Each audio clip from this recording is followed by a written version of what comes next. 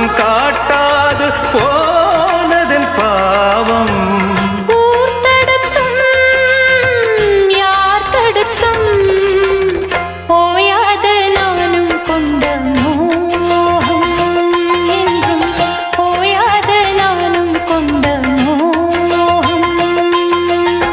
செம்மீனே செம்மீனே உங்கிட்ட சொன்னேனே செவ்வந்தி பெண்ணுக்கு